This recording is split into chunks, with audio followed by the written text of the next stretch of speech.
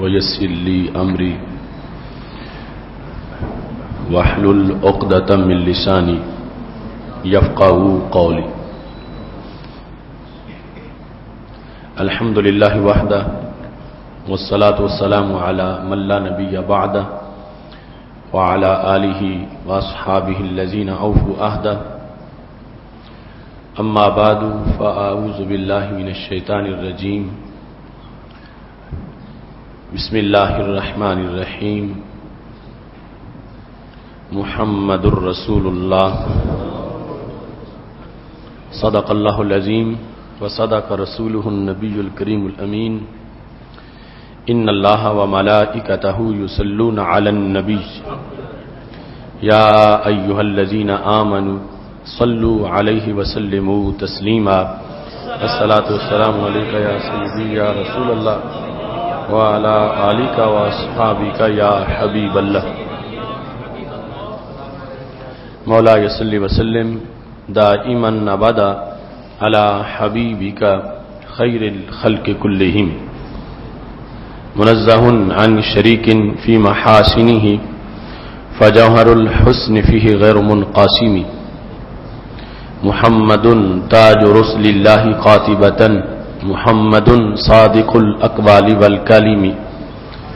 محمد ذكره روح لأنفسنا محمد شكره فرض على الأمم. ربي صل وسلم دائما أبدا على حبيبك خير الخلق كلهم. اللہ تبارک و تعالی جل جلالہ وعم نوالہ واتم برہانہ وعظم شانہ وجل ذکرہ وعز اسمہ کی حمد و ثنا اور حضور سرور کائنات مفخر موجودات زینت بزم کائنات دستگیر جہاں غم گسار زمان سید سروراں حامی بے قسام قائد الانبیاء محبوب کبریا احمد مجتبی جناب محمد مصطفیٰ صلی اللہ علیہ وآلہ واصحابہ وبارک وسلم کے دربار بہر بار میں ہدیہ درود السلام عرض کرنے کے بعد معزز و محتشم سامعین حضرات، رب ذوالجلال کے فضل اور توفیق سے آج خطبہ جمعۃ المبارک میں ہماری گفتگو کا موضوع ہے عشق رسالت کے فیصلے. میری دعا ہے خالق کائنات جل جلالہ ہم سب کو قرآن و سنت کا فہم عطا فرمائے اور ہمیں عشق رسالت کے فیصلوں کے مطابق اپنی زندگی بسر کرنے کی توفیق عطا فرمائے. قرآن مجید برہان رشید میں متعدد مقامات پر مقام نبوت کو بیان کرتے ہوئے رب ذوالجلال نے رسول اللہ صلی اللہ علیہ وسلم کو مومنین کے لیے ہر چیز سے بڑھ کر محبوب بیان کیا ہے. مختلف رشتہ داروں کا ذکر کر کے مختلف امور کا ذکر کر کے رب ذوالجلال نے یہ واضح کیا کہ مومنین سید المرسلین حضرت محمد مصطفیٰ صلی اللہ علیہ وسلم سے ہر رشتے سے بڑھ کر اور ہر پیاری چیز سے بڑھ کر آپ کی ذات کے ساتھ پیار کرتے ہیں. صحابہ کرام علیہم رضوان نے اس مضمون کو رب ذوالجلال سے جو حاصل کیا تو انہوں نے اپنی زندگی میں نبی اکرم صلی اللہ علیہ وسلم کے سامنے بھی اور بعد از وصال بھی عشق رسالت کے فیصلوں کو پیش نظر رکھا اور ان فیصلوں پر عمل کی بنیاد پر رب ذوالجلال نے ان کو زندگی کی کامرانیاں، کامیابیاں اور عظمتیں عطا فرمائیں۔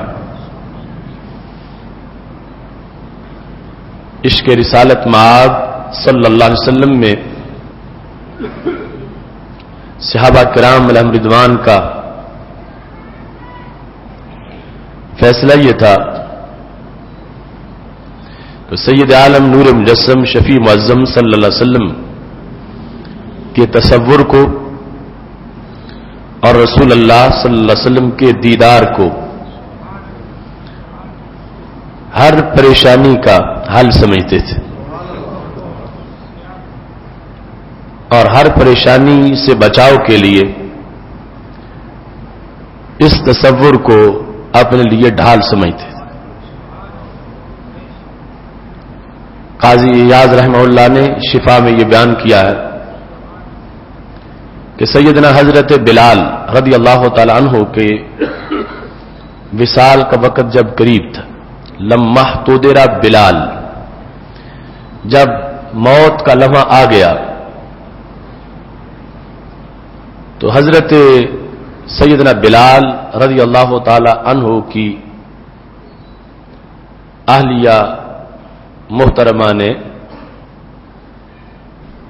یہ اظہار کیا، واہ حرابا، اے افسوس کہ فراق کا وقت آ گیا ہے اور ہم سے یہ دنیا کی زندگی میں قیمتی سرمایہ چھینا جا رہا ہے۔ انہوں نے جس وقت ایسے الفاظ کا اظہار کیا تو حضرت سیدنا بلال رضی اللہ تعالیٰ عنہ نے جواباً کہا، واہ طربا، کیا خوشی کا وقت آ گیا ہے۔ اہلیہ نے کہا، واہ حرابا، کیا نقصان، پریشانی اور جدائی کا وقت آ گیا۔ تو حضرت سیدنا بلال رضی اللہ تعالیٰ عنہ کہنے لگے، واہ طربا، کیا خوشحالی کا اور کیا خوش طبی کا، خوش مزاجی کا، خوشی کا زمانہ آ گیا۔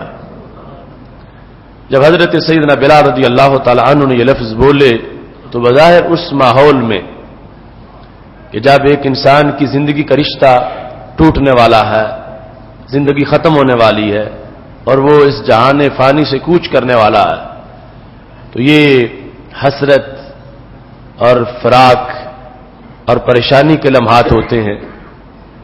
لیکن سیدنا بلال رضی اللہ تعالی عنہ نے اگلا جملہ بول کر قیامت تک کے اس شاخ کو ایک پیغام دیا اور بحیثیت عاشق رسول صلی اللہ علیہ وسلم انہوں نے اپنا فیصلہ سنایا۔ کہنے لگے، غدن الکل احبہ محمدن صلی اللہ علیہ وسلم وحزبہ، فرمایا یہ وقت خوشی کا وقت ہے۔ کیوں؟ فرمایا کل میں محبوبوں سے ملاقات کروں گا۔ غدن الکل احبہ، کل محبوبوں سے میری ملاقات ہوگی۔ کون؟ فرمایا محمدن صلی اللہ علیہ وسلم وحزبہ، رسول اللہ صلی اللہ علیہ وسلم سے اور آپ کے صحابہ سے کل میری ملاقات ہونے والی ہے۔ سیدنا حضرت بلال رضی اللہ تعالی عنہ نے اپنا عقیدہ بھی واضح کیا اور سید عالم نور مجسم شفیع معظم صلی اللہ علیہ وسلم کی محبت میں یہ فیصلہ سنایا کہ اگرچہ موت بڑی کڑوی چیز ہے، بہت زیادہ تلخی ہے، اتنی تلخی کسی چیز میں نہیں جتنی تلخی موت کے اندر ہے، لیکن موت بھی عشق رسالت کو سرنگو نہیں کر سکی۔ موت بھی عشق رسالت کا جو تصور ہے اور عشق رسالت کی جو چاشنی ہے، موت اس کو تلخی میں نہیں بدل سکی۔ حضرت سیدنا بلال رضی اللہ تعالیٰ عنہ کہنے لگے، کیا خوشی کا زمانہ آ گیا ہے۔ غدن الکل احبۃ محمدن وحزبہ صلی اللہ علیہ وسلم، فرمایا کل ملاقات کا دن آ گیا ہے، میں رسول اللہ صلی اللہ علیہ وسلم سے اور آپ کے صحابہ سے کل ملاقات کرنے والا ہوں۔ تو یہ بظاہر اس وقت کی ایک کیفیت کا بیان تھا، لیکن قیامت تک کے لیے حضرت سیدنا بلال رضی اللہ تعالیٰ عنہ کے اس جملے نے اس شاخ کے اندر موت کا ایک شوق بھی پیدا کر دیا کہ ہم جو صدیوں بعد پیدا ہوئے اور ہم رسول اللہ صلی اللہ علیہ وسلم کی ظاہری حیات کا زمانہ نہ پا سکے اور ہمیں دیدار میسر نہ آیا، تو موت کا لمحہ یقیناً وہ لمحہ ہے کہ جس کے بعد دیدار کا زمانہ آنے والا ہے۔ اگر پہلے کسی کو خواب میں دیدار نہیں ہوتا تو وہ زمانہ موت کا پل کراس کرنے کے بعد جس وادی میں انسان پہنچے گا وہ وادی نبی علیہ السلام کے دیدار کی وادی ہے۔ اور اگر اس نے اس محبت میں دن گزارے ہیں اور سید عالم نور مجسم شفیع معظم صلی اللہ علیہ وسلم کے عشق کے اندر زندگی کے دن بسر کیے ہیں، تو وہ لمحہ جسے سب سے زیادہ خطرناک سمجھا جاتا ہے اور سب سے زیادہ نقصان دہ اور پریشانی پر مبنی سمجھا جاتا ہے، اس لمحے کے اندر بھی اس عشق نے کتنی رنگینی پیدا کر دی ہے اور یہ انداز بنا دیا ہے کہ قبر میں بھی عاشق صادق کہہ رہا ہوگا، غم ہجر میں موت کا منتظر تھا، سنا تھا قبر میں دیدار ہوگا۔ ساری زندگی اس دیدار کی خاطر میں نے بسر کی ہے اور اب مر کے اپنے محبوب علیہ السلام کے دیدار تک میں پہنچا ہوں۔ دوسری طرف صحابہ کرام علیہم رضوان نے سید عالم نور مجسم شفیع معظم صلی اللہ علیہ وسلم کی محبت میں کردار ادا کیا۔ وہ کردار آپ کی ناموس کے پہرے کا کردار، یہ برداشت نہیں ہو سکا صحابہ کرام علیہم رضوان سے کہ ہمارے آقا صلی اللہ علیہ وسلم کے ہوتے ہوئے، کیونکہ آپ کی نبوت تو ہمیشہ کے لیے ہے، کوئی بعد میں نبی نہیں آئے گا، اگر کوئی شخص اعلان کرتا ہے تو عشق رسالت کا یہ فیصلہ ہے کہ انسان اس شخص کا وجود زمین پہ برداشت نہیں کر سکتا اور اس کو واصل جہنم کرنے کے لیے کوششیں اور اس کو واصل جہنم کرنے کے لیے کردار، یہ رسول اللہ صلی اللہ علیہ وسلم کے عاشقوں کا پرانا فیصلہ ہے۔ اس سلسلہ میں جس وقت مسیلمہ کذاب کے خلاف صحابہ کرام علیہم رضوان جنگ لڑ رہے تھے اور 40,000 مسلمی جھوٹے نبی کے جھوٹے پجاری وہ صحابہ کرام علیہم رضوان کے خلاف برسر پیکار، اور صحابہ کرام علیہم رضوان مختلف محاذوں پر تھے، کیونکہ مرتدین کا فتنہ علیحدہ تھا، منکرین زکوٰۃ کا فتنہ علیحدہ تھا۔ حضرت صدیق اکبر رضی اللہ تعالیٰ عنہ قائد حکومت اور مسلمہ کے خلاف چند ہزار صحابہ لڑنے کے لیے پہنچے۔ گزشتہ جمعہ وہ ذکر ہوا تھا حضرت ثابت بن قیس بن شماس اور سالم مولا ابی حذیفہ کا کہ جنہوں نے زمین میں اپنے لیے گڑھے کھود لیے کہ تاکہ جان نکل جائے مگر 1 انچ بھی راہ محبت سے قدم پیچھے نہ ہٹے۔ اس موقع پر جس وقت بالآخر مسلمہ کی فوج کو پسپائی کا سامنا کرنا پڑا اور انہوں نے قلعے کے اندر داخل ہو کے دروازہ بند کر لیا، تو صحابہ کرام علیہم رضوان نے اس موقع پر جو فیصلہ کیا وہ عشق رسالت کے فیصلوں میں سے ایک اہم فیصلہ، حضرت برا بن مالک رضی اللہ تعالی عنہ یہ وہ منفرد انداز کا عشق رکھتے ہیں کہ جنہوں نے باقی دوستوں کو یہ مشورہ دیا کہ اگر ایسے ہم انتظار کرتے رہے تو پتہ نہیں کتنے دن لگ جائیں، انہوں نے اندر اتنی اپنی تیاری کر رکھی ہے اندر رہنے کی، تو ہم منہ تکتے رہ جائیں گے کہ ایک جھوٹا نبی اور اس کے پجاری اندر زندگی بسر کرتے رہیں گے اور ہم باہر بیٹھے رہیں گے، تو ہم سے اتنا برداشت نہیں ہوتا۔ تو کہنے لگے مجھے تم چمڑے کی ڈھال میں بٹھاؤ اور اس کو نیزوں پہ بلند کرو اور مجھے قلعے کی دیوار سے اندر پھینک دو۔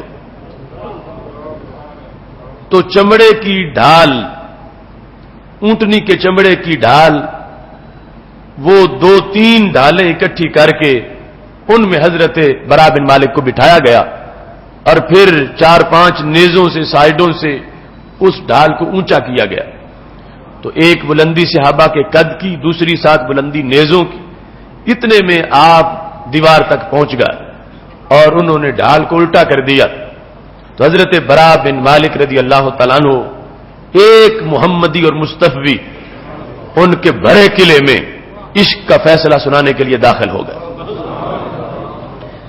یہ ہے فداکاری، وفا شعاری. خودکشی اور ہے اور فدائی حملہ اور. یہ فدائی مزاج ہے جو خودکشی نہیں ہے.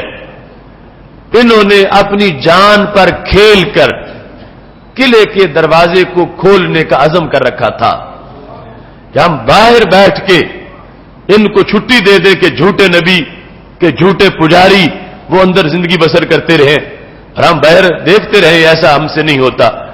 لہذا ایک انسان تلوار کے ساتھ اس وقت اندر قلعے کی اترا ہے، وہی اٹھتے ہی پوزیشن سنبھالی ہے اور تلوار چلاتے چلاتے قلعے کے دروازے تک پہنچ گئے.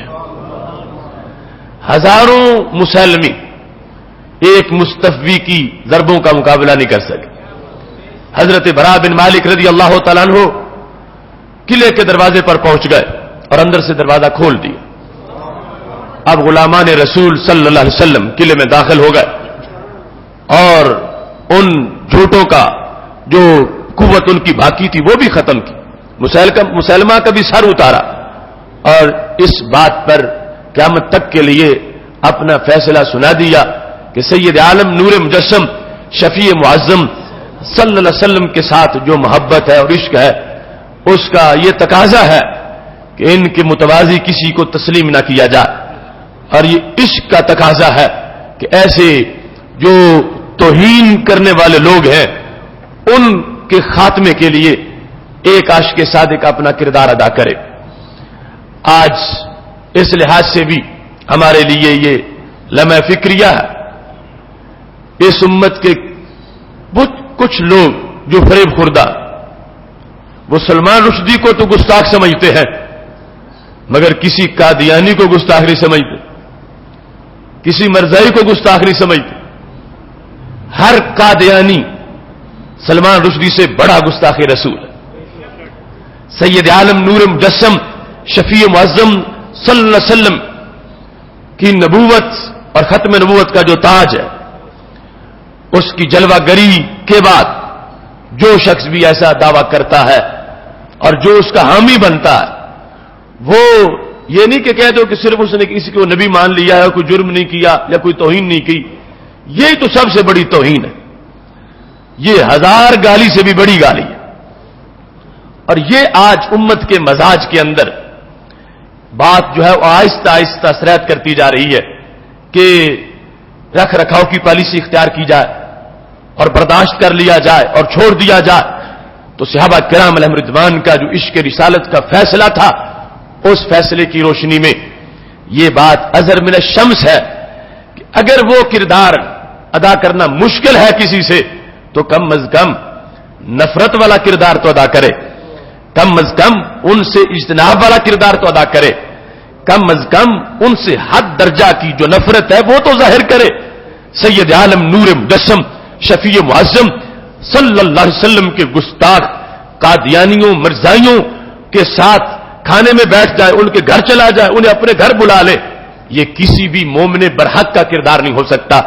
صحابہ نے جو عشق رسالت کے فیصلے سنائے ہیں ان فیصلوں کی روشنی میں ہمیں آج حد درجے کی اس مسئلے میں احتیاط کی ضرورت ہے اور اس بات کو اس ماحول کے اندر واضح کرنے کی ضرورت ہے کہ سید عالم نور مجسم شفیع معظم صلی اللہ علیہ وسلم کے اعلان نبوت کے بعد آپ کی دنیا میں جلوہ گری کے بعد جو آپ ختم نبوت کا تاج پہن کر آئے ہیں اس کے بعد اگر کوئی شخص یہ دعویٰ کرتا ہے کہ میں نبی ہوں، اس کے ساتھ وہ ہزار تعریفیں کرے ہمارے نبی علیہ السلام کی، ہزار کمال بیان کرے، ہزار خوبیاں بیان کرے، ہزار معجزات بیان کرے، ان میں سے کسی ایک چیز کا بھی اعتبار نہیں کیا جائے گا.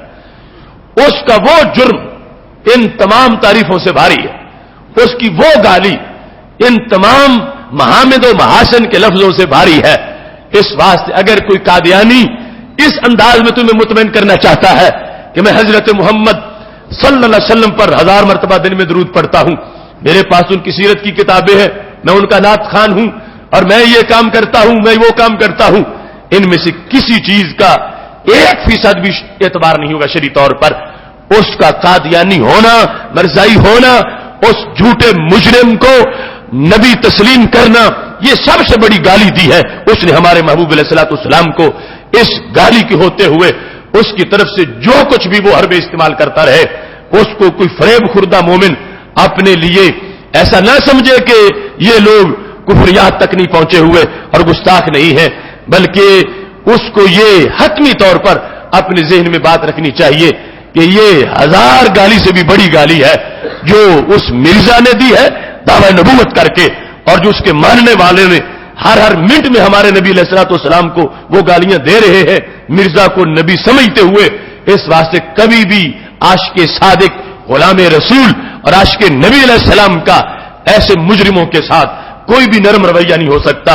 ہر لحاظ سے ان کے ساتھ بائیکاٹ اور ہر لحاظ سے ان کے ساتھ مقاطعہ یہ اپنے ایمان کو بچانے کے لیے لازم ہے.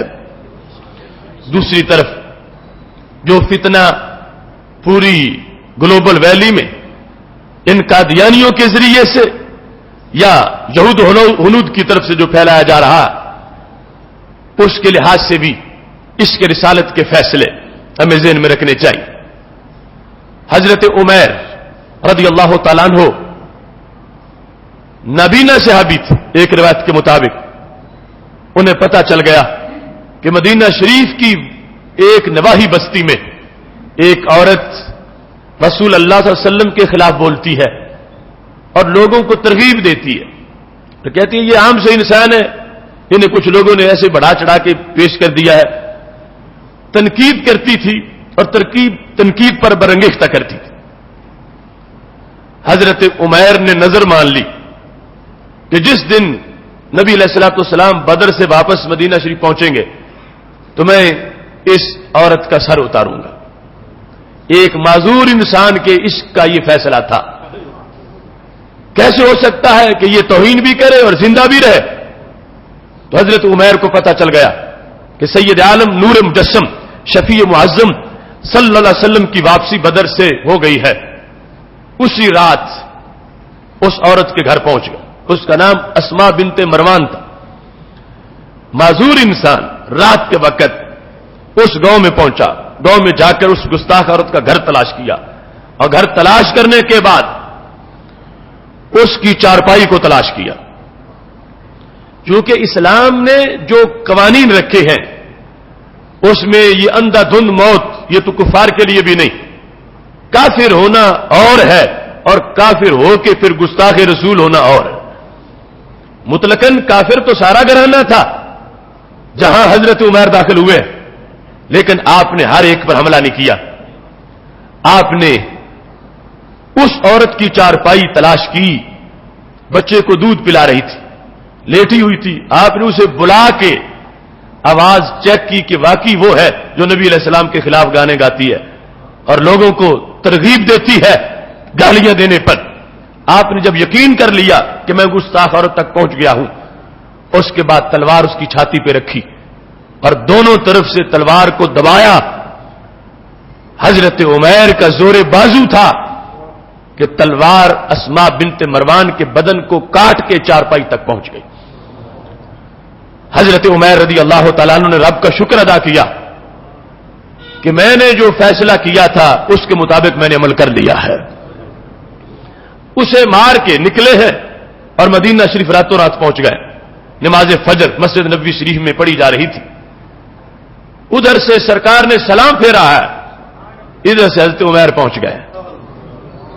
سید عالم نور مجسم شفیع معظم صلی اللہ علیہ وسلم نے دیکھتے ہی فرمایا اقتلتا اسماء بنت مروان، اے عمیر کیا اسماء بنت مروان کو مار آئے ہو؟ تو کہا نام یا رسول اللہ صلی اللہ علیہ وسلم، ہاں میں مار آیا ہوں. اب اس سے یہ بھی پتا چلا اگرچہ ان کے عشق کا فیصلہ کیا تھا کہ پوچھنے میں شاید دیر ہو جائے گی، پہلے قتل کر لیتا ہوں پھر پوچھتا رہوں گا، لیکن جن کی عزت کی حفاظت کے لیے نکلے ہیں اور جن کے عشق کا پہرا دینے کے لیے نکلے ہیں، ان کی آنکھ دیکھ رہی ہے کہ میرا عاشق کہاں کردار ادا کرنے کے لیے جا رہا. ان کو پہلے سرکار نے بتا دیا حضرت عمر کہتے ہیں میں کچھ جھجک محسوس کر رہا تھا، کیونکہ کام تو بہت بڑا تھا، کسی کو مارنا، جان سے مار دینا معمولی بات نہیں، پھر آگے یہ بیس بن سکتی ہے کسی بڑی لڑائی کا، وہ خاندان سارا، قبیلہ سارا، وہ بستی ساری صحابہ کے خلاف نکل سکتی ہے۔ یہ سوچ آئی کہ میں نے انفرادی طور پر فیصلہ کر لیا، اور انفرادی طور پر میں نے جا کے اتنا بڑا کام کر لیا، تو اب کچھ نرمی جب محسوس کی کہ سرکار کو جب پتا ہے تو پھر میں نے کوئی غلطی نہیں کی، لیکن سرکار سے میں تصدیق تو کروا لوں۔ تو کہنے لگے یا رسول اللہ صلی اللہ علیہ وسلم، یہ جو میری عشق کا فیصلہ تھا انفرادی طور پر، میں نے یہ فیصلہ کر کے کوئی غلطی تو نہیں کی۔ اس موقع پر سید المرسلین حضرت محمد مصطفیٰ صلی اللہ علیہ وسلم نے فرمایا تم نے غلطی نہیں کی، بل نصرت اللہ و رسولہ، تم نے تو رب اور رب کے رسول دونوں کی مدد کی ہے۔ نصرت اللہ و رسولہ، تم نے رب کی مدد کی ہے اور رب کے رسول حضرت محمد مصطفیٰ صلی اللہ علیہ وسلم کی مدد کی ہے کہ یہ ان کے دشمن کو تو نے مار کے تو نے کردار ادا کیا ہے۔ تو سید عالم نور مجسم شفیع معظم صلی اللہ علیہ وسلم نے اس فیصلے کی تصدیق بھی سنا دی، اور ساتھ یہ واضح کیا کہ ایسے موقع میں پوچھنے کی ضرورت نہیں، تم اپنا کام پورا کرو، اللہ انعام پورا کرے گا۔ ہاں یہ ہے کہ بات پکی ہو، ثابت ہو، محض شک کی بنیاد پہ نہ ہو۔ جب سامنے تم خود سن لو تو اب گواہوں کی تو ضرورت نہیں رہی، نہ مفتی کے فتوے کی ضرورت ہے، نہ قاضی کے فیصلے کی ضرورت ہے۔ یہ انداز تھا سید عالم نور مجسم شفیع معظم صلی اللہ علیہ وسلم کے اس فیصلے کا، جس میں فرمایا بل نصرت اللہ و رسولہ، تم نے اللہ کی بھی مدد کی اور اللہ کے رسول صلی اللہ علیہ وسلم کی مدد کی۔ یہ تو واضح نظر آ رہا ہے کہ نبی علیہ السلام کی مدد ہوئی کہ سرکار کے دشمن کو مارا، اللہ کی کیسے مدد ہو گئی؟ تو وہ یہ ہے کہ قرآن مجید میں رب کا وعدہ ہے، انا کفیناک المستہزئین، میرے نبی جو تمہارا مذاق اڑائے گا بدلہ میں لوں گا، جو تمہاری توہین کرے گا بدلہ میں لوں گا۔ انا کفیناک، کافی ہے ہم تجھے کافی ہیں گستاخوں کے مقابلے میں۔ تو رب ذوالجلال نے اپنے ذمے لیا ہے، اگر کوئی ایک بھی کردار ادا نہ کرے وہ پھر بھی حفاظت کرے گا، لیکن اس نے یہ ثابت کیا ہے کہ یہ وہ عاشقوں کی امت ہے، میں نے اپنے ذمے لے کے ڈیوٹی ان کی لگا دی ہے۔ اب حضرت عمیر کو سرکار فرمایا تم نے رب کی مدد کی، حالانکہ اللہ تو کسی کا محتاج نہیں، نہ اسے کسی کی مدد کی ضرورت ہے، وہ ہر ضرورت سے پاک ہے، لیکن یہ جملہ اس لیے بولا کہ اس نے اپنے ذمے لے کے کام تمہارے سپرد کیا، اور تم کتنے عظیم ہو کہ رب ذوالجلال نے تمہارے ذریعے اپنا کام پورا کروا لیا ہے۔ اس کو عام لفظوں میں سمجھنا ہو، یعنی سادہ انداز میں تو دیکھ لو، اللہ تعالیٰ فرماتا انا نحن نزلنا الذکر وانا لہ لحافظون، قرآن ہم نے نازل کیا، حفاظت کرنے والے ہم ہیں۔ تو اللہ نے اپنے ذمے لیا، مگر حفاظت کروائی کیسے؟ اس امت کے بچے بچے سے کروائی، بچے بچے کو۔ ہاں ہمارا یقین ہے ایک بھی حافظ نہ بنتا تو وہ پھر بھی حفاظت کرتا، لیکن اس نے واضح کیا کہ یہ امت بڑی زرخیز امت ہے، امین بھی ہے، ذہین بھی ہے، بہادر بھی ہے، اس لیے رب ذوالجلال نے ان کے ذمے ڈیوٹی لگائی ہے، اور یہ وہ ڈیوٹی پوری کرتے ہیں۔ اس کو بیان کرتے ہوئے سید عالم نور مجسم شفیع معظم صلی اللہ علیہ وسلم نے واضح فرما دیا، فرمایا تم نے کوئی غلطی نہیں کی، دلاسا دیا، بلکہ تم تو بہت اچھے ہو کہ رب ذوالجلال نے تمہیں منتخب کیا ہے، اللہ نے نیابتاً تجھے اس انداز میں چن لیا ہے کہ اللہ نے تم سے اپنے محبوب کی عزت کی حفاظت کروا لی ہے۔ اس موقع پر حضرت عمر رضی اللہ تعالیٰ عنہ کی زبان پر یہ لفظ رشک سے آ گیا، فرمانے لگے دیکھو نابینا ہو کے بھی بازی لے گیا، تھا نابینا، آنکھوں والے پیچھے رہ گئے، اور یہ بغیر آنکھوں کے جو تھا آگے گزر گیا۔ تو میرے نبی علیہ السلام سے یہ برداشت نہ ہوا، فرمایا اسے نابینا مت کہو، یہ تو آنکھوں والوں سے بھی اچھا ہے۔ یہ انداز اور یہ فیصلے سید عالم نور مجسم شفیع معظم صلی اللہ علیہ وسلم کے دربار میں اور آپ کی ذات سے متعلق صحابہ کرام علیہم رضوان نے جو کیے ہمارے لیے، ان میں سے ہر ایک کے اندر روشنی موجود ہے۔ یاد کرو وہ وقت جب احد کی لڑائی تیار تھی، حضرت عمر بن جموح رضی اللہ تعالیٰ عنہ کے بیٹوں نے انہیں کمرے میں بند کر دیا، چونکہ وہ عمر بھی بڑی تھی اور لنگڑا پن تھا اور بہت زیادہ مشکل سے چلتے تھے۔ ایک تو ہوتا ہے نا معمولی ٹانگ خراب ہو، بہت زیادہ پرابلم تھا چلنے میں۔ بیٹے چاروں حدیث میں شیروں کی طرح تھے اور ہر جنگ میں نبی علیہ الصلوۃ والسلام کے شانہ بشانہ شریک ہوتے۔ تو بیٹوں نے کہا کہ باپ ہے، بوڑھا ہے اور مشکل ہے، تو یہ گھر میں آرام کریں۔ حضرت عمر بن جموح کو موقع مل گیا تو نبی علیہ السلام کی خدمت میں حاضر ہوگا، کہنے لگے یا رسول اللہ صلی اللہ علیہ وسلم، لنگڑا تو میں ویسے ہی ہوں، لیکن میں یہ چاہتا ہوں کہ آتاؤ بعرجتی فی الجنہ، کہ اسی طرح جنت میں اسی انداز سے ٹہل کے چلوں۔ تو وقت آ گیا جنت کے ملنے کا، تو میں جہاد پہ جانا چاہتا ہوں، میرے بیٹے مجھ کو روک رہے ہیں، تو آپ میرے بیٹوں کو سمجھاؤ۔ تو یہ رسول اللہ صلی اللہ علیہ وسلم کا بات سننے کا انداز تھا، اس میں بھی سبق تھا۔ آپ نے پہلے تو انہیں سمجھایا، تم جو شرن معذور ہو، تمہیں رب نے چھٹی دی ہے، تو تم کیوں جانا چاہتے ہو؟ تم گھر میں رہو۔ لیکن اتنا نہیں زور دیا کہ جس سے ان پر جنگ میں جانا ناجائز ہو جاتا، یعنی بطور مشورہ اس انداز میں کہ تمہارے لیے چھٹی ہے تو چھٹی کو استعمال کر لو، تم معذور ہو، گھر میں رہو، سختی سے نہیں روکا۔ اور دوسری طرف جب بیٹے اس کے آئے، تمہیں کیا ہے، ما علیکم اللہ تمنعوا، اگر تم نہ روکو تو تمہارا کیا ہے، تم نہ روکو اپنے باپ کو، اس سے تمہارا کیا بگڑتا؟ تو انہیں بھی اس انداز میں سمجھا دیا کہ بہت زیادہ شدت نہیں کی، یعنی مسئلے کے مطابق جو صورتحال تھی، فرمایا تم اجازت دے دو اپنے باپ کو۔ کیوں؟ فرما ہو سکتا ہے رب اسے شہادت عطا فرما دے۔ لعل کا لفظ بولا، اور یہ میں کئی جمعوں میں کہہ چکا ہوں، لعل ہم جیسے بولے تو اس کا معنی عربی زبان میں شاید، لعل جو عربی زبان کا لفظ ہے اس کا معنی ہوتا ہے شاید ایسا ہو جائے، لعل۔ لیکن جب بھی نبی علیہ السلام نے لعل کہا ہے تو پھر وہ پکا معاملہ ہو گیا۔ ابھی وہ جو غیب کی قسط تھی اس میں بیان کرتے رویفہ کے بارے میں، رویف، حضرت رویف کے بارے میں نبی علیہ الصلوۃ والسلام نے فرمایا تھا شاید تو میرے بعد زندہ رہے، لعل الحیات ستطول بک، ہو سکتا ہے کہ تیری زندگی لمبی ہو تو تم نے امت کو بتانا ہے کہ یہ ہڈیاں جنوں کے استعمال کے لیے تم ان کو آلودہ نہ کیا کرو۔ تو جنہیں شاید کہا تھا وہ 56 ہجری تک زندہ رہے تھے۔ ایک نہیں ایسی درجنوں مثالیں موجود ہیں۔ سرکار جہاں شاید کہہ دے لعل، وہ انا کے معنی میں آ جائے، بے شک ایسے ہی ہوگا۔ تو فرمایا تم کیوں روکتے ہو اپنے باپ کو؟ باپ کو اجازت دے دو کہ وہ چلا جائے اور اللہ شہادت عطا فرما دے۔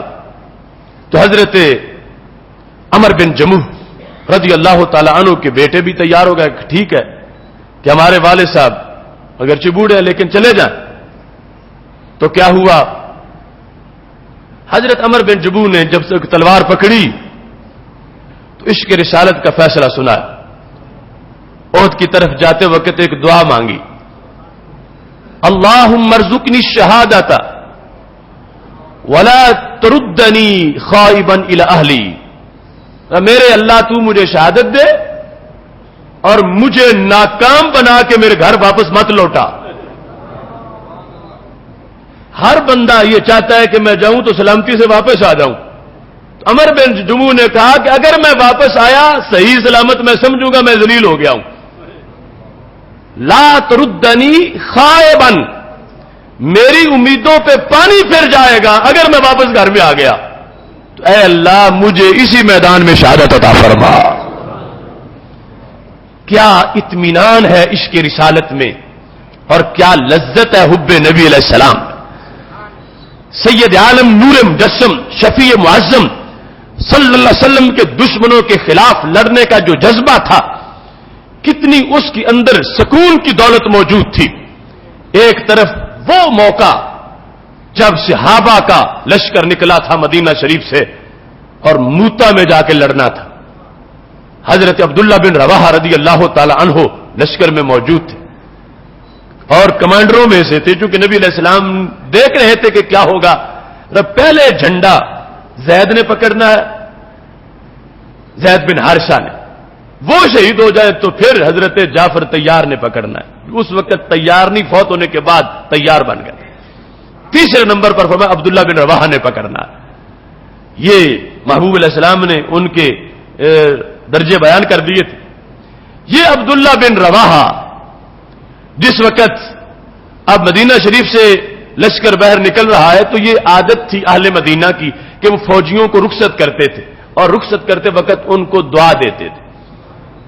کیا ردکم اللہ سالمین غانمین, اللہ تمہیں فتح دے کر صحیح سلامت واپس لے آئے. یہ دعا جب اہل مدینہ شریف نے دی اسلام کے ان شیروں کو تو حضرت عبداللہ بن رواحہ سے یہ دعا برداشت ہی نہیں ہوئی. کیا عشق رسالت کی تڑپ ہے. کہنے لگے مجھے یہ دعا مت دو, اوروں کو دے لو. یہ جو تم مانگ رہے ہو کہ اللہ صحیح سلامت واپس لے آئے, مجھے مت دو دعا. میری دعا کیا ہے. حضرت عبداللہ بن رواحہ چونکہ قادر الکلام شاعر تھے, ہمارے نبی علیہ الصلوۃ والسلام کے جرنیل صحابی بھی ہیں اور قادر الکلام شاعر بھی ہیں. یہ وہی عبداللہ بن رواحہ ہیں جنہوں نے مدینہ شریف کی گلی میں عبداللہ بن ابی بن سلول کو جوتے بھی مارے تھے, مکے بھی مارے تھے اور ڈنڈے بھی مارے تھے. کس جرم پر؟ کہ اس نے ہمارے نبی علیہ السلام کی سواری کو بدبو والا کہا تھا. تو حضرت عبداللہ بن رواحہ سے یہ بات برداشت نہ ہوئی کہ سواری نبی علیہ السلام کی اور اسے کوئی بدبو والا کہہ کے بچا رہے. فوراً ایکشن لیا اور کہا خدا کی قسم ہے میرے نبی علیہ السلام کی سواری کا پیشاب بھی تو اس سے خوشبو والا ہے. وہ عبداللہ بن رواحہ اب جہاد کے لیے 8 ہجری میں موتا کے میدان کی طرف نکلے ہیں تو کہنے لگے مجھ سے پوچھو میں دعا کیا مانگتا ہوں. لیکننی اسأل الرحمن مغفرتن وضربتن ذات فرغ تقذف الزبدا او تانتن بيدي حران مجهزة بحربة تنفش الاحشاء والقبدا حتى اذا مروا على قبري ارشده الله من غاز وقد رشدا. یہ 3 شعر بول دیے. فرمایا میری دعا سنو, تم کہتے ہو کہ ہم سلامت میں واپس آ جاؤں. لیکننی اسأل الرحمن مغفرتن, میں سب سے پہلے تو اللہ سے گناہوں کی معافی کی دعا کرتا ہوں, رب مغفرت عطا فرما. دوسرے نمبر پر وہ ضربتن, میں ایسی ایک چوٹ کی رب سے دعا مانگتا ہوں. کیسی ہو؟ ضربتن ذات فرغ تقذف الزبدا, مجھے ایسی ضرب لگے اسلام کے دشمنوں کے خلاف لڑتے ہوئے کہ جس سے میرا خون بہنے لگے تو اس میں جھاگ پیدا ہو جائے, تھوڑا خون نہ نکلے. ایسی ضرب جو جھاگ پیدا کر دے میرے خون کے اندر.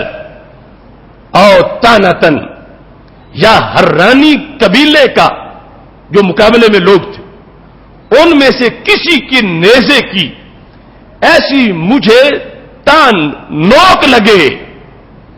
کیا کرے؟ فرمایا تنفس الاحشاء والقبدا, جو آنتوں اور کلیجے سے پار ہو جائے. کتنے اطمینان سے رب سے دعا مانگ رہے ہیں. یا وہ ضرب کہ جس کی وجہ سے خون میں جھاگ پیدا ہو جائے, بہتا خون تھوڑا نہ ہو اس میں جھاگ پیدا ہو جائے. یا پھر ایسا نیزہ مجھے لگے, پہلا تلوار کا تقاضا, دوسرا نیزے کا تقاضا, جس کی وجہ سے وہ آر پار ہو جائے میرے بدن سے. کب؟ فرمایا جب میں اپنا حق پورا کر لوں, کافروں کو مارتے مارتے. فرمایا حتی اذا مروا علی جدسی, قیامت تک جب لوگ میری قبر کے پاس سے گزریں تو ان کو کہنا پڑ جائے ارشد اللہ من غاز وقد رشدا, کیسا غازی ہے جس کو اللہ نے ہدایت کی نیند سلایا ہے. کتنی رہنمائی کی تھی اس کی اللہ نے, اور کیسا اس کو اللہ نے عشق عطا فرمایا تھا. موتا کے میدان میں عبداللہ بن رواحہ کا مزار آج بھی اردن کے علاقہ میں موجود ہے. حضرت عبداللہ بن رواحہ رضی اللہ تعالی عنہ جنگ کی طرف جاتے وقت جو دعا مانگ رہے ہیں ریکارڈ پر ہے، 5-6 ماخذ میں موجود ہے. یہ عشق رسالت کے فیصلے چشم فلک نے جو سنے اس طرح کے پہلے کبھی نہیں سنے گئے تھے. اس انداز کی خود رفتگی، اس انداز کا پیار، اتنا اطمینان، اتنا سکون، ہتھیلی پہ جان رکھ کے ارادے کے ساتھ یوں چلنا. اس بیس پر فاضل بریلوی رحمۃ اللہ علیہ نے کہا تھا حسن یوسف پہ کٹی مصر میں انگشت زنا، سر کٹاتے ہیں تیرے نام پہ مردان عرب. ادھر تو بے خبری میں انگلیاں کٹ گئی تھیں، یہاں کئی سالوں کی نیتیں پہلے کی جاتی ہے. کٹاتے ہیں اپنی عشق کے ساتھ.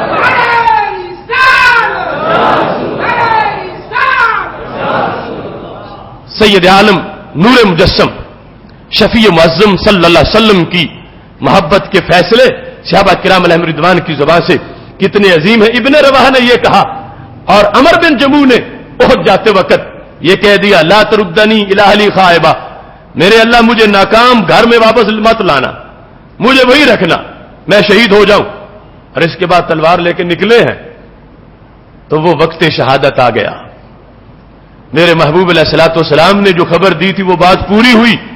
اور صرف یہی نہیں دیکھا بلکہ اگلے لمحے میں جب کچھ دن گزر گئے تو میرے نبی علیہ الصلوۃ والسلام نے فرمایا رأیتہ فی الجنۃ یاتو علی ارجتہ، میں نے لنگڑاتا لنگڑاتا عمر بن جموع جنت کے بازاروں میں چلتا دیکھا ہے. جو ان کی چاہت تھی کہ میں دنیا میں تو چل رہا ہوں، چاہتا ہوں جنت میں بھی یوں ہی چلوں. تو نبی علیہ الصلوۃ والسلام نے فرمایا وہ شہادت تو منظور ہو گئی، شہادت مل گئی، مقبول ہو گئی.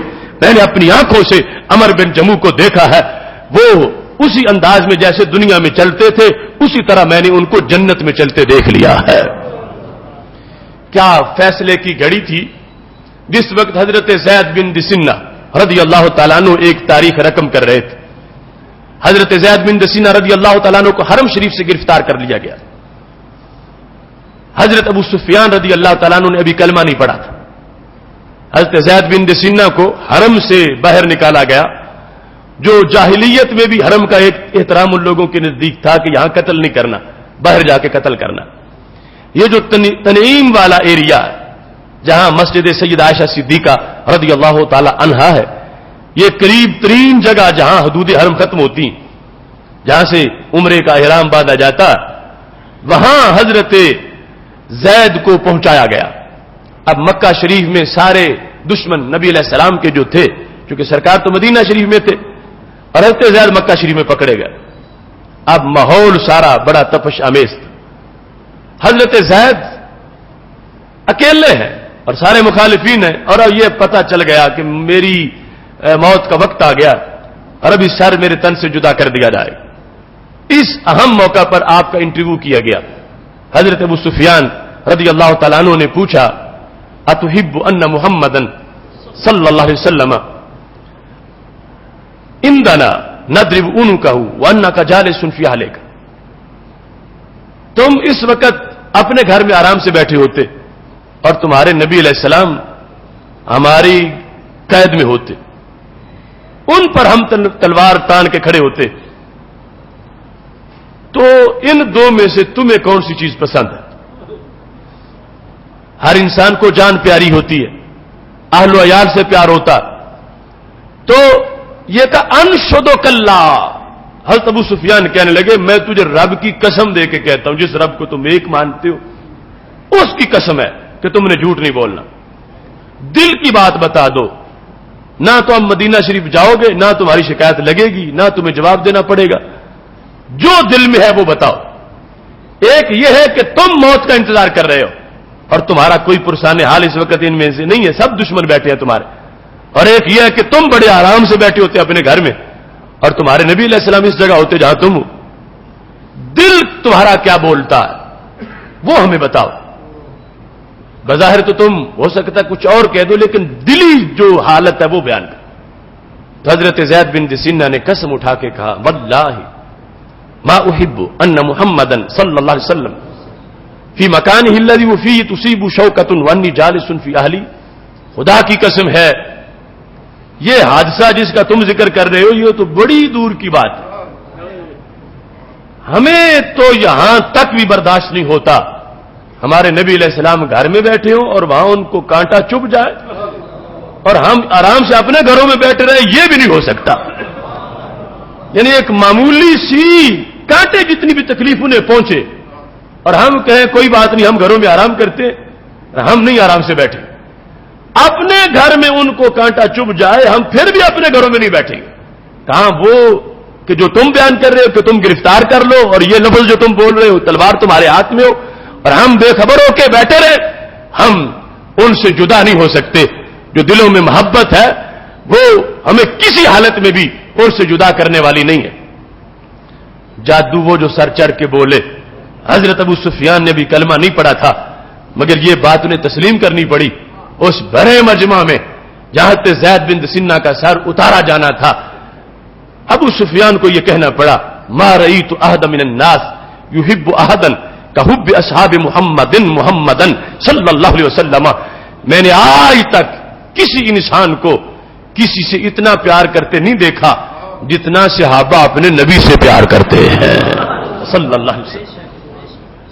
یہ فیصلے، ہر فیصلے کے اندر کتنی عظمتیں ہیں اور کتنی پختگی ہے، اور کس انداز میں سید عالم نور مجسم شفیع معظم صلی اللہ علیہ وسلم کے ساتھ محبت اور عشق کا ان لوگوں نے اظہار کیا ہے، اور قیامت تک کے مسلمانوں کے لیے اس بات کو واضح کیا ہے کہ سید عالم نور مجسم شفیع معظم صلی اللہ علیہ وسلم کے ساتھ جو محبت اور عشق ہے، اس کے جتنے بھی امتحان ہو جائیں، جیسی بھی صورتحال ہو جائے، عاشق صادق کو ہر حال میں اپنے محبوب علیہ الصلوۃ والسلام کی عزت پہ پہرا دینا ہے، اور ہر حال میں اپنے اس ذوق کو سلامت رکھنا ہے جو حقیقت میں ایمان کا آغاز بھی ہے، اور اسی کے ساتھ رب ذوالجلال بندہ مومن کے ایمان کو تکمیل بھی عطا فرماتا ہے. یہ فیصلے اس لحاظ سے بھی بڑے قابل غور ہیں کہ جس وقت مقابلے میں خونی رشتہ داری ہو تو پھر بھی عشق سرنگو نہیں ہوا. عشق نے اپنے کام کر کے دکھائے. اور جس وقت مقابلے کے اندر رسم و رواج کی محبت ہو، مقابلے میں برادریزم ہو، مقابلے میں جغرافیائی تعصب ہو اور لسانی عصبیت ہو، پھر بھی اس محبت نے جو عشق رسالت مآب صلی اللہ علیہ وسلم کے فیصلے ہیں، انہوں نے ایک تاریخ ثابت کی ہے کہ ہر دور کے اندر یہ فیصلے پکے رہے ہیں، اور ان فیصلوں کے اندر کسی طرح کی کوئی کمی یا کجی واقع نہیں ہوئی. سید عالم نور مجسم شفیع معظم صلی اللہ علیہ وسلم نے فرمایا، اما بعد فإن خیر الحدیث کتاب اللہ وخیر الہدی ہدی محمد صلی اللہ علیہ وسلم. اور جان لو سب سے اچھی کتاب اللہ کا قرآن ہے. خیر حدیث باتوں میں سے سب سے اچھی بات اللہ کا کلام ہے. وخیر الہدی ہدی محمد صلی اللہ علیہ وسلم، اور طریقوں میں سے سب سے عمدہ طریقہ وہ ہے جس کو سنت رسول صلی اللہ علیہ وسلم کہا جاتا ہے. یہ سبق دیا سید عالم نور مجسم شفیع معظم صلی اللہ علیہ وسلم نے اپنے صحابہ کو، اور قرآن مجید برہان رشید نے واضح کر دیا، لقد کان لکم فی رسول اللہ اسوۃ حسنہ، تمہارے لیے نبی اکرم نور مجسم شفیع معظم صلی اللہ علیہ وسلم کی زندگی میں بہترین نمونہ ہے. ہر لحاظ سے، وہ کھانے کا ذکر ہو، پینے کا ذکر ہو، لکھنے کا، چلنے پھرنے کا، تجارت کرنے کا، معاہدے کرنے کا، ہر چیز کو فی کے نیچے داخل کر دیا گیا. تو صحابہ کرام رحم رضوان نے جو عشق تھا نبی علیہ الصلوۃ والسلام کے ساتھ، اس کو اس ضمن میں بھی اس کا لوہا منوایا. ایک طرف اگر یہ منظر نظر آیا ہے حدیبیہ میں بیٹھے ہوئے صحابہ کے اندر عروہ بن مسعود کو کہ نبی علیہ السلام کا لعاب دہن بھی ماتھے پہ لگاتے ہیں اور مستعمل پانی بھی نیچے نہیں گرنے دیتے، تو دوسری طرف یہ بھی گواہی دینی پڑی عروہ بن مسعود کو کفار کے سامنے جا کر، اذا امر فابتدروا امرہ، کہ حکم ایک کو ہوتا ہے تیار وہ سارے ہو جاتے ہیں. وہ ایسے نہیں کہ ہاتھ چومے اور خون دینے کی باری آئے تو بھاگ جائے، یا ویسے تو پیار کرے اور جگر پگھلانے کی باری ہو تو پیچھے ہٹ جائے. کہ نہیں، دونوں باتیں ان کے عشق کا تقاضا ہے. عشق یہ بھی ہے کہ نبی علیہ الصلوۃ والسلام کا لعاب دہن صرف ہاتھوں پہ نہیں لیتے، ماتھوں پہ بھی لگاتے ہیں. اور نبی علیہ الصلوۃ والسلام کے وضو کا مستعمل پانی وہ بطور برکت مشکل کشائی اور حاجت روائی کے لیے استعمال کرتے ہیں. اور ساتھ اس چیز کو بھی پیش نظر رکھتے ہیں، اذا امر فابتدروا امرہ، جس وقت نبی علیہ السلام حکم دیتے ہیں تو ایسا منظر نہیں آتا کہ حکم ہو تو سارے معاذ اللہ سنی انسنی کر دیں. نہیں، اتنے تیار ہوتے ہیں کہ ہر ایک شخص منتظر ہے کہ ساتھ میری طرف اشارہ کریں. فابتدروا امرہ، امر کے تلاش کے لیے بھی وہ پوری طرح کمر بستہ ہوتے ہیں. اور ان کے اندر جو محبت ہے وہ انہیں مجبور کرتی ہے. محبت تحریک ہے کہ جو ہمارے نبی علیہ الصلوۃ والسلام کا طریقہ ہے ہم نے وہ طریقہ سامنے رکھنا، جو آپ کی سنت ہے ہم نے اس کو اپنانا، جو آپ کا دیا ہوا ہمارے لیے پیغام ہے ہم نے اس کی پیروی کرنی ہے. صحابہ کرام علیہم رضوان نے سید عالم نور مجسم شفیع معظم صلی اللہ علیہ وسلم سے جو یہ طریقہ حاصل کیا، اس کو انہوں نے اس کے رسالت کے فیصلوں کا اہم حصہ قرار دیا. اور یہ وہ نقطہ تھا کہ جس پر حضرت صدیق اکبر رضی اللہ تعالیٰ عنہ بول پڑے جب مسئلہ تھا منکرین زکات کا. اور حضرت عمر رضی اللہ تعالیٰ عنہ نے یہ کہا تھا امیر المومنین کچھ ان سے نرمی برتو، چونکہ صرف ایک دینی امر کا انکار کر رہے ہیں، باقی تو سب کچھ ان کا ٹھیک ٹھاک ہے، کلمہ بھی ٹھیک پڑھتے ہیں، نماز بھی پڑھتے ہیں، روزہ حج سب کچھ ہے، زکات والا مسئلہ چھوڑ رہے ہیں، تو کچھ نرم پالیسی ان کے لیے اختیار کرو. تو حضرت صدیق اکبر رضی اللہ تعالیٰ عنہ نے اتنا گرم جواب دیا کہ اس حرارت سے حضرت عمر کا سینہ بھی کھل گیا. یا عمر مالک اجبار فی الجاہلیہ وخوار فی الاسلام، عمر کیا ہو گیا ہے تجھے، کچھ ہوش سے بولو. جاہلیت میں تم بہادر تھے، اسلام میں آ کے ڈرپوک بن گئے ہو. یہ تم ڈرپوکوں والی باتیں کر رہے ہو کہ ہم ان کو نرمی دے دے، چھٹی دے دے. قتم الدین ون قتل وحی ایون کا سوانا حی، دین پورا ہو گیا، وحی بند ہو گئی. کس کے پاس اتھارٹی ہے وہ دین کو کم کرے؟ کس کے پاس طاقت ہے وہ چھٹی دے؟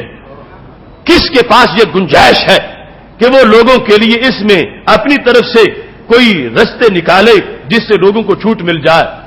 فرمایا میری زندگی مجھے اجازت نہیں دیتی کہ میں زمین پر زندہ رہوں اور دین ناقص ہو جائے، یعنی دین میں کمی باقی آ جائے، اس کے کچھ شعبے معطل کر دیے جائیں. عمر ہوش سے بولو.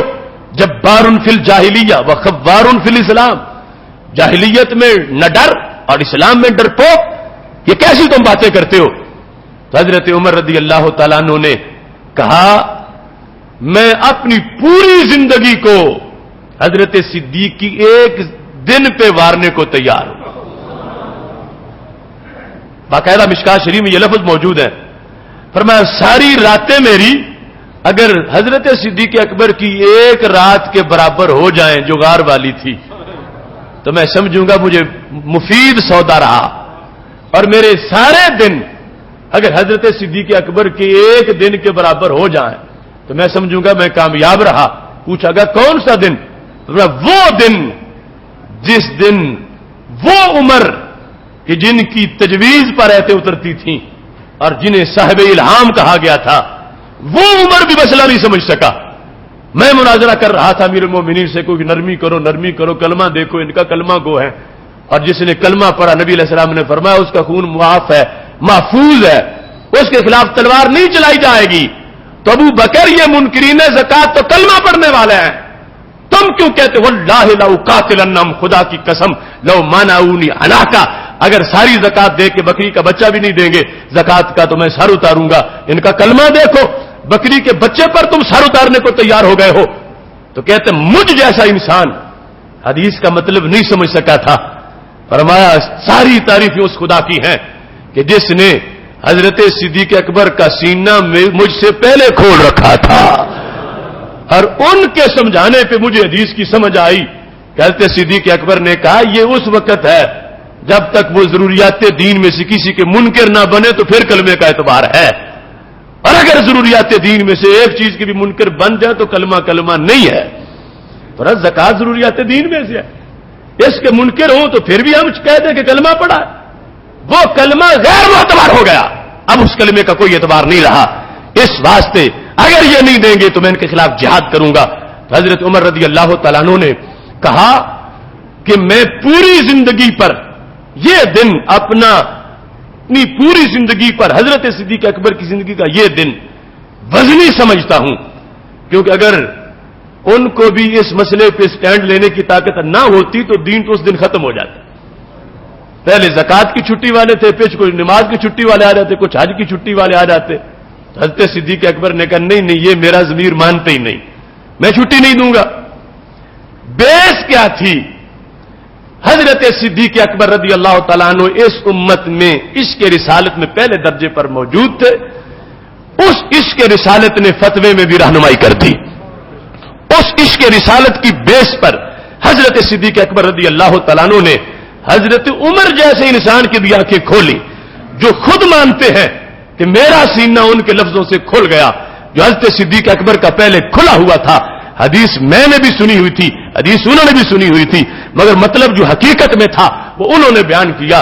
تو یہ ساری رہنمائی کا مدار اس بیس پر تھا کہ حضرت صدیق اکبر رضی اللہ تعالیٰ عنہ کہنے لگے جو ہماری زندگی کا سب سے بڑا ترہ امتیاز ہے وہ تو نبی علیہ السلام سے پیار ہے, سرکار کی محبت ہے, سرکار کا عشق ہے. تو اس عشق کا تقاضا ہے کہ جن کے ساتھ عشق ہے ان کے دین کے ساتھ بھی عشق ہے, جن کے ساتھ عشق ہے ان کی سنت کے ساتھ بھی عشق ہے, جن کے ساتھ عشق ہے ان کے پیغام کے ساتھ بھی عشق ہے. تو کہنے لگے میں کیسے عاشق شمار ہوں گا نبی علیہ السلام کا کہ میں اگر چھٹی دے دوں ان کے دین کے اندر, اگر میں دین کے اندر تبدیلی واقع کر دوں, میرے ہوتے ہوئے نبی علیہ السلام کا دین غریب الوطن ہو جائے اور دین کے اندر کمی واقع ہو جائے, میری یہ حب نبی تسلیم ہی نہیں کرتی.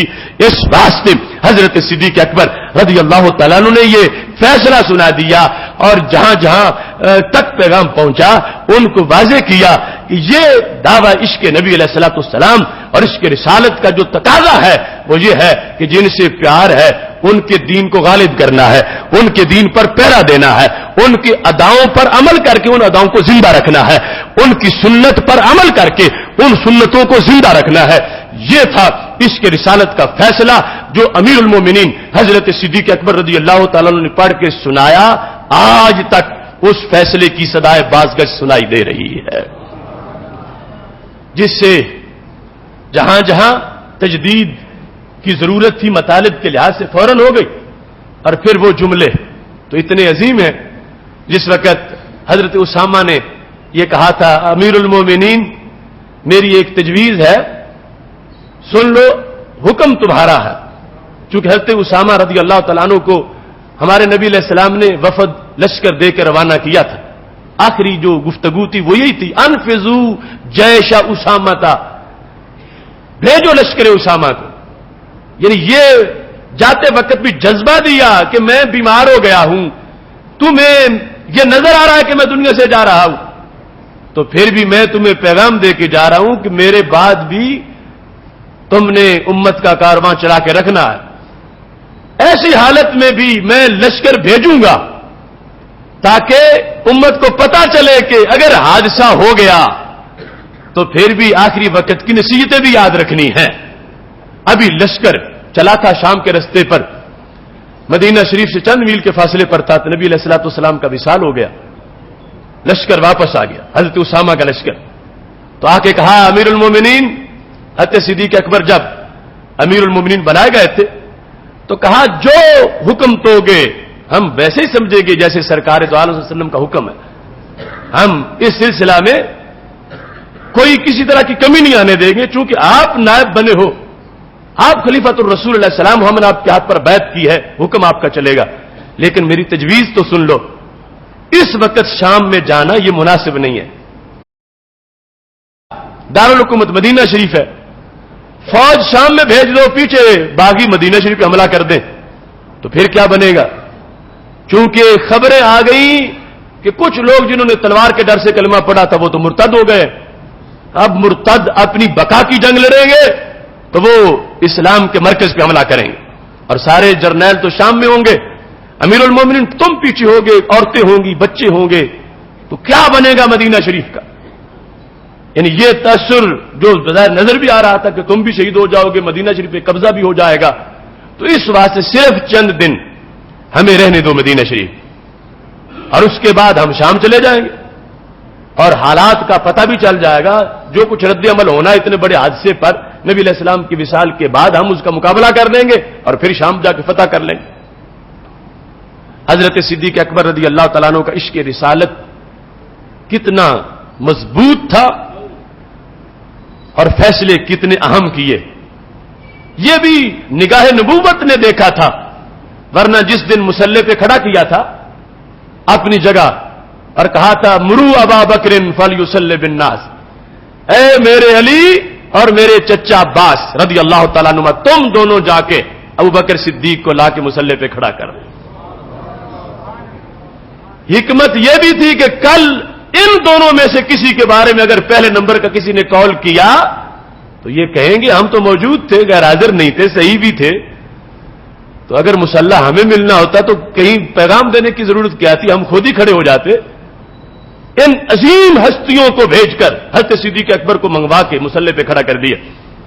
تو سیدہ عائشہ صدیقہ رضی اللہ تعالی عنہا کا یہ جملہ سیاستہ میں موجود ہے، حضرت حفصہ کو بھی اپنا ہم نوا بنایا اور کہا میرے محبوب صلی اللہ علیہ وسلم میرے ابا جی کو مسلح پہ اپنی جگہ کھڑا نہ کریں، کیونکہ وہ تو رقیق القلب ہے، وہ تو روتے رہیں گے، جماعت کیسے کرائیں گے،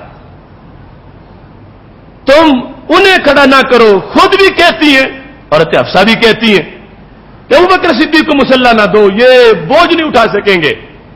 تو میرے نبی علیہ السلام نے فرمایا انکن لانتن صواحب یوسف، اور تم وہی ضد کر رہی ہو جس طرح تو یوسف علیہ السلام کے پاس بیٹھی عورتیں ضد کر رہی تھی۔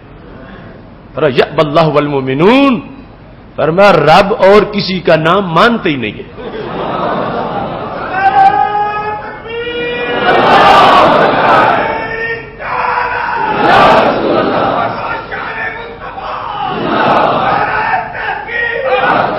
یعنی حضرت عائشہ صدیقہ کہتی تھی حضرت عمر بڑے مضبوط ہیں، انہیں کھڑا کرو، حضرت صدیق اکبر کو اپنی جگہ پہ کھڑا نہ کرو۔ سرکار نے فرمایا نہیں، یہ صرف میرا ہی فیصلہ نہیں، یہ میرے رب کا فیصلہ۔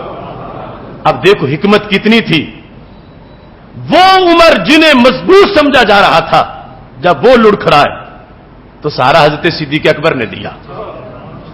وہ اسامہ جو لشکر اسلام کے سالار بن کے نکلے ہیں، انہوں نے تجویز پیش کر دی، اس میں کوئی بزدلی نہیں تھی، منطق یہی تھی، عقلی معاملہ یہی تھا کہ ایسا کر لیا جائے، چند دن انتظار کر لیں پھر چلے جائیں گے، اتنے میں کیا قضا ہو جائے گی فتح شام کی، حالات تو صحیح ہو جائیں گے، مرکز تو مضبوط ہو جائے گا، عقلی یہی تھا معاملہ۔ لیکن حضرت صدیق اکبر نے بڑی مشکل سے بات سنی، چہرہ سرخ ہو گیا، اے اسامہ میں تمہیں رات بھی نہیں رہنے دوں گا مدینہ شریف میں، نکل جاؤ تم اور سارا لشکر۔ کیوں؟ فرما کون ہوتا ہے ابو بکر جو اپنا حکم نافذ کرے اور اپنے محبوب کے حکم کو منسوخ کرے؟ پر تمہاری گفتگو کا تو خلاصہ یہ بنا کہ میں کہوں اپنی طرف سے کہ جو لشکر نبی علیہ السلام نے بھیجا تھا اسے کچھ دن رہنے دو، اگرچہ پوری طرح منسوخ کرنے کی بات نہیں، ملتوی کرنے کا معاملہ، چند دن۔ فرمایا میں اپنے حکم جاری کروں، اپنا آرڈیننس، کہ اب یہی رہو؟ ارے یہ میری تو محبت برداشت نہیں کرتی، میرے نبی علیہ السلام سے جو میرا پیار ہے اس کا تقاضا یہ ہے کہ سرکار جو فرما کے گئے پہلے اس پہ عمل ہوگا، بعد میں ہماری باری آئے گی۔ فرمایا جو تمہیں خطرات ہیں وہ ہو جائیں۔ اب عشق کی جو روشنی تھی دماغ میں اس سے پتہ چل رہا تھا، یہاں تک فرما دیا واللہ لان تخطفنی الطیر احب الی من ان ابدا بشیء قبل امر رسول اللہ صلی اللہ علیہ وسلم۔ تمہارا تو یہ آخری ہے نا، آخری خطرہ جو تمہیں نظر آیا ہے کہ امیر المومنین اکیلے ہوں گے اور فوج آ جائے گی باغیوں کی اور امیر المومنین شہید ہو جائیں گے تو کیا بنے گا؟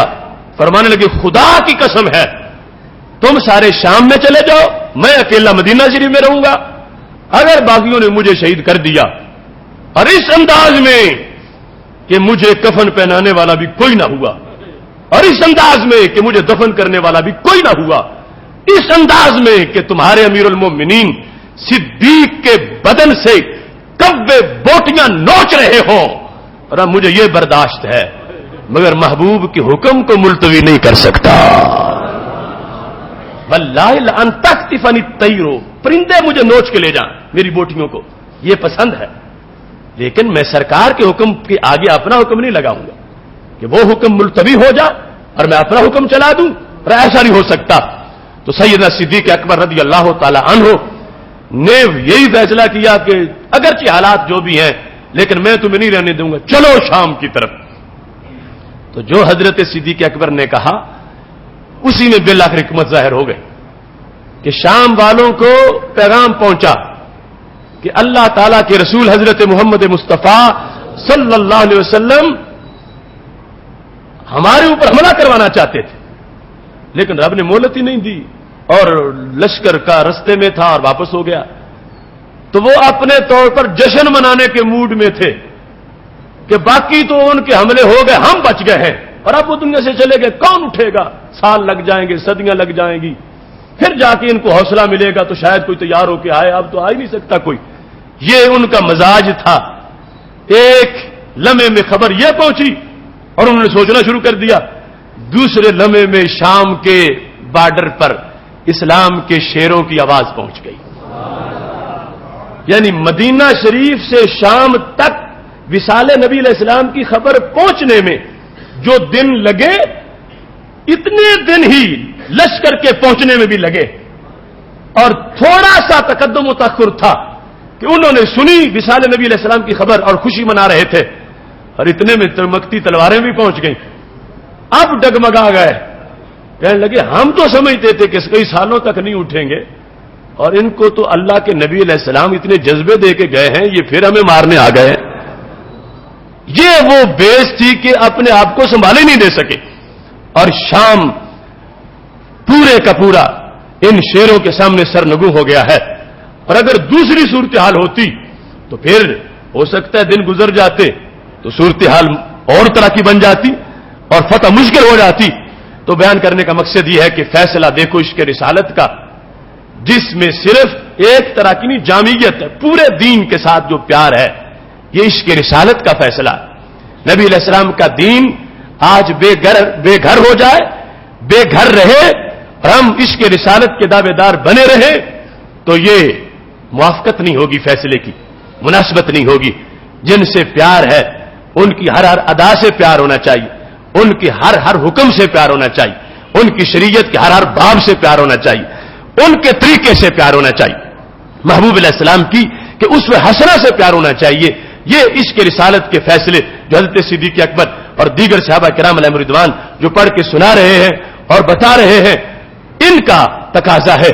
اگر آج محبت رسول اللہ علیہ السلام کے دعوے کے ساتھ ہم نے اپنی بغلوں میں موجودہ اور یعنی فحاشی کو رکھا، اور ہم نے اپنے ماحول میں یہ رسم و رواج اور فیشن کو رکھا، اور ہم نے اپنے معمولات زندگی کے اندر جو نام نہاد بنائے ہوئے ضابطے غیروں کو ان کو رکھا، تو پھر یہ ایک تضاد ہو جائے گا دعویٰ اور دلیل کے درمیان۔